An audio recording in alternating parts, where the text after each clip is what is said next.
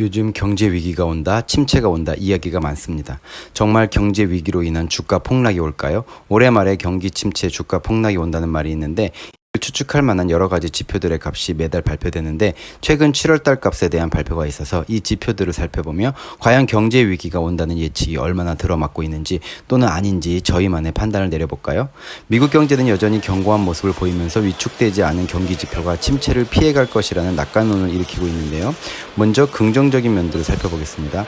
첫 번째, 먼저 소비자 물가지수 CPI입니다. CPI는 미국 중앙은행이 인플레이션의 정도를 측정하는 대표적인 지표입니다. 소비자가 구입하는 상품이나 서비스의 가격 변동을 나타내는 지수로 주거비, 의료비, 교통비, 교육비, 의료비, 식비 등등의 가격 등으로 구성됩니다. 즉 소비자가 느끼는 생활 물가를 말하죠. 인플레이션이 극심하게 올라갔음에도 불구하고 금의 가격이 오르지 않는 경우가 있습니다. 투자자들이 금 투자의 매력을 잃거나 수급의 문제가 발생할 수 있기 때문이죠. 원자재도 비슷한 논리로 가격이 상승하지 않을 수 있지만 물가 연동체는 근본적으로 CPI와 연동이 되어 있으므로 생활 물가가 오른다면 물가 연동체의 시장 가격 역시 오릅니다.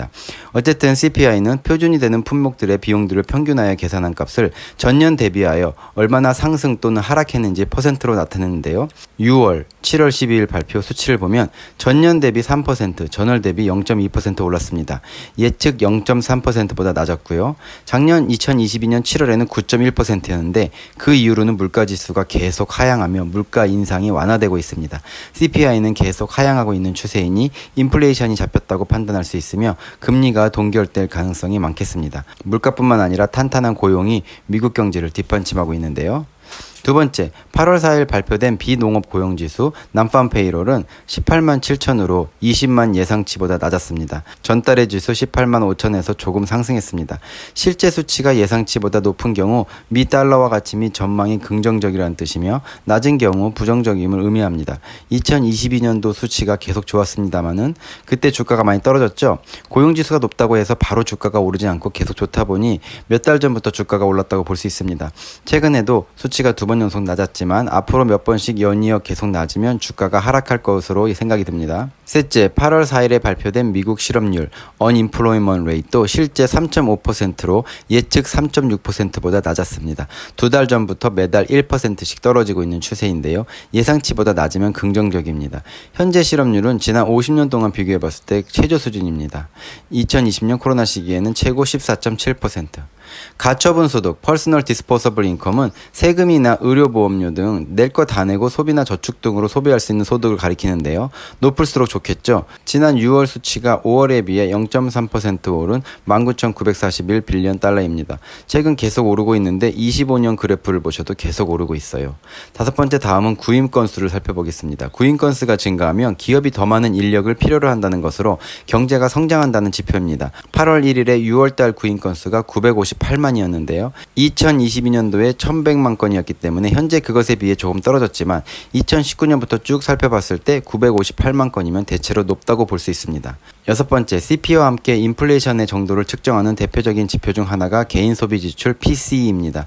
CPI는 미국 노동통계국에서 조사하는 반면 PCE는 미국 경제분석국에서 발행하는 지표로 미국 거주 가정과 비영리 단체가 구매하는 상품과 서비스를 조사해 집계합니다. 얼핏 두 지표는 비슷해 보이지만 한 가지 큰 차이점이 있습니다. 바로 간접 지출 포함 여부인데요. CPI에는 의료비 지출이나 고용주가 납부하는 보험 등 간접적인 지출이 포함되지 않습니다.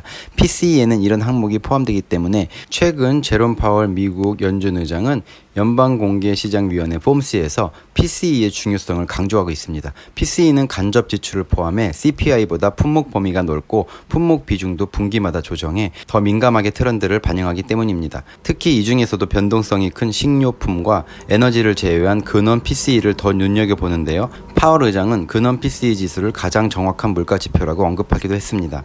7월 28일 발표된 6월 근원 PCE를 살펴보면 4.1%로 5월 4.6%에 비해서도 계속 떨어지고 있습니다. 2022년 12월부터 꾸준히 4.6에서 4.7% 유지하면서 인플레이션을 측정하는 CPI와 PCE 두 지표의 상승폭이 줄어들면서 물가 상승 속도가 둔화하고 있다는 의견이 나옵니다. 위의 6가지 지표들을 보면 침체를 비껴갈 것이라는 낙관적인 전망도 나옵니다. 골드만삭스 연준학에서는 12개월 내로 미국의 경기 침체가 발생할 가능성을 종전 35%에서 25%로 하향 조정했고요. 노동시장이 활성화되면서 가계 가처분 소득이 늘어나고 주식시장도 안정화되고 있기 때문입니다. 이에 반해 경기 위기를 예고하는 지표들도 있습니다. 먼저 장단기 금리가 역전될 때 경기 침체가 찾아오는데요. 장단기 금리 역전은 다른 경제 시그널보다 비교적 정확도가 높은 편입니다. 원래 금리는 단기 금리보다 장기 금리가 높을 수밖에 없습니다.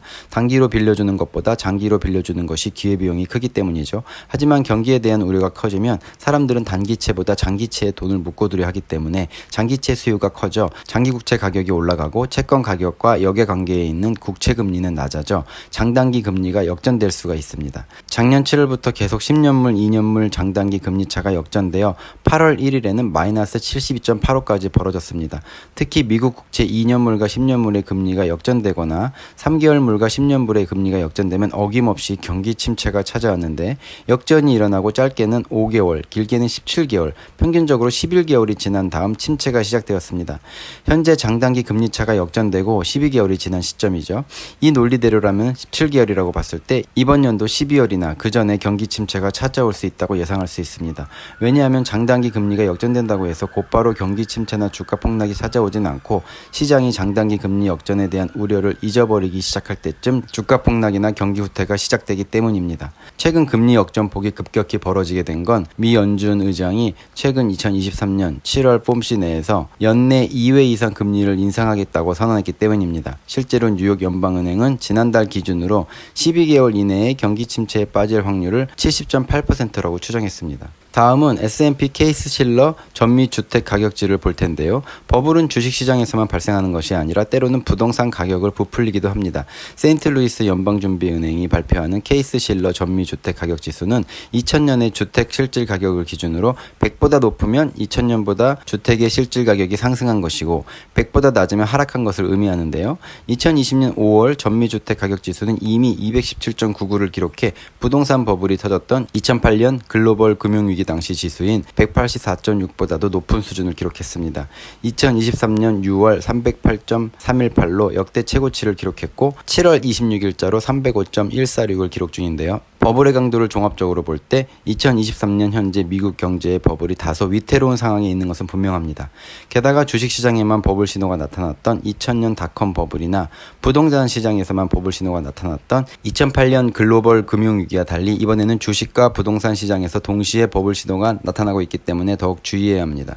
케이븐 노벨 경제학상 수상자인 로버트 실러 예일대학교 교수가 고안한 경기조정 주가 수익 비율 Cyclically Adjusted Price Earning Ratio입니다. 펄의 오판 가능성을 보완한 것이 바로 케이브인데요. 기업 순이익은 일시적인 요인에 의해 달라질 수 있기 때문에 1년 동안의 단기 순이익만 보고 주식 가치를 판단하는 것은 자칫 오판을 부를 수 있습니다.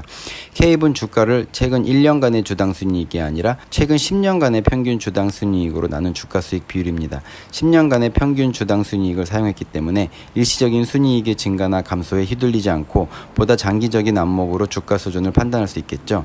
지난 150년 동안의 S&P 500에 대해 K 평균 지수는 16.7이었습니다. 역대 최고치는 1999년 닷컴 버블 당시 기록했던 44.2였고 두 번째로 높았던 것은 세계 대공황 직전의 30이었어요. 과거 K이 30을 넘었을 때는 어김없이 주가 대폭락과 위기가 찾아왔는데요. 2020년 9월 K은 30.83을 기록했었고 2023년 7월 26일 현재 K은 31.79를 기록하고 있습니다. 닷컴 버블을 제외하고는 가장 높은 수준에 도달한 만큼 주의 깊게 바라볼 필요가 있어 보입니다.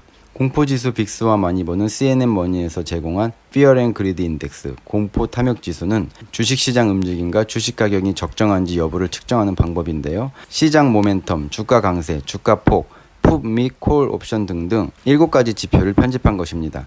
Excessive Fear 극단적 공포면 주가가 떨어집니다. 표를 보시면 과거 Extreme Greed 극단적 탐욕 구간에 있을 때마다 여김없이 극단적 공포로 주저앉았습니다. 여기 S&P 500랑 같이 비교한 그래프인데요. 흐름이 대략 비슷하게 가고 있습니다. 빅스가 20포인트 안팎이나 이하, 그리고 Fear and Greed 인덱스가 80포인트에 머물고 있으면 예외 없이 각각 30포인트까지 급등하거나 Fear and Greed는 25포인트 급락했는데 지금 빅스 지수가 17이고요. 저번 달 극단적 탐욕 77을 쳤는데요. 지금 72로 떨어져서 탐욕 지수가 벌써 급락을 시작하는 건지도 모르겠네요. RSI는 주식 또는 기타 자산 가격의 과매수 또는 과매도 상태를 평가하기 위해 최근 가격 변화의 규모를 측정하는 기술 분석에 사용되는 모멘텀 지표입니다.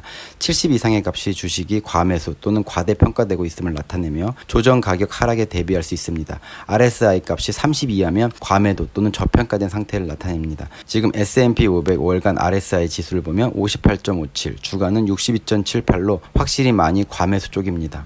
마지막으로 200일 이동평균선 200day moving average는 200일 선이라고도 부르는데요. 이동평균선이 5일, 50일, 80일, 120일 등이 있는데 그 중에 200일 이동평균선이 가장 신뢰가 높다고 나타났습니다.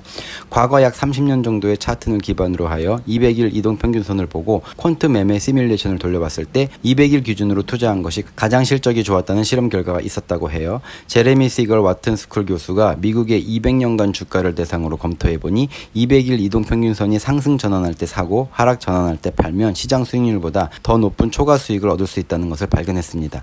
즉 200일 장기 이동평균선을 활용하면 평균보다 높은 수익을 얻을 수 있다는 것이죠.